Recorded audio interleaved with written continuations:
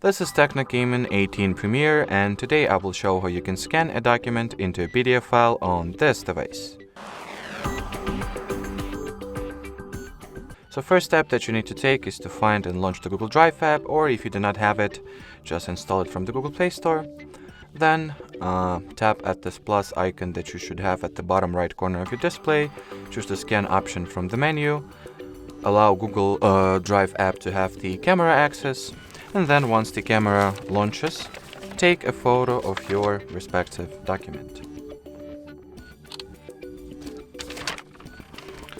Then proceed.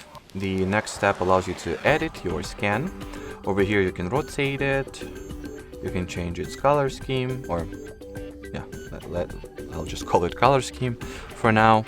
And then you can also crop the original raw photo and frame the part of it that you would like to be actually included in the final scan document or PDF file that you are about to create. Keep failing to actually align it properly. Let's say I'll go with this framing. Then once you're ready, hit the save button. Over here you can rename your file if you want to, then hit the final save button once again. Give it a few seconds to be uploaded to Google Drive, and here's the result. So that will be it for this video. Thanks for watching, and bye bye.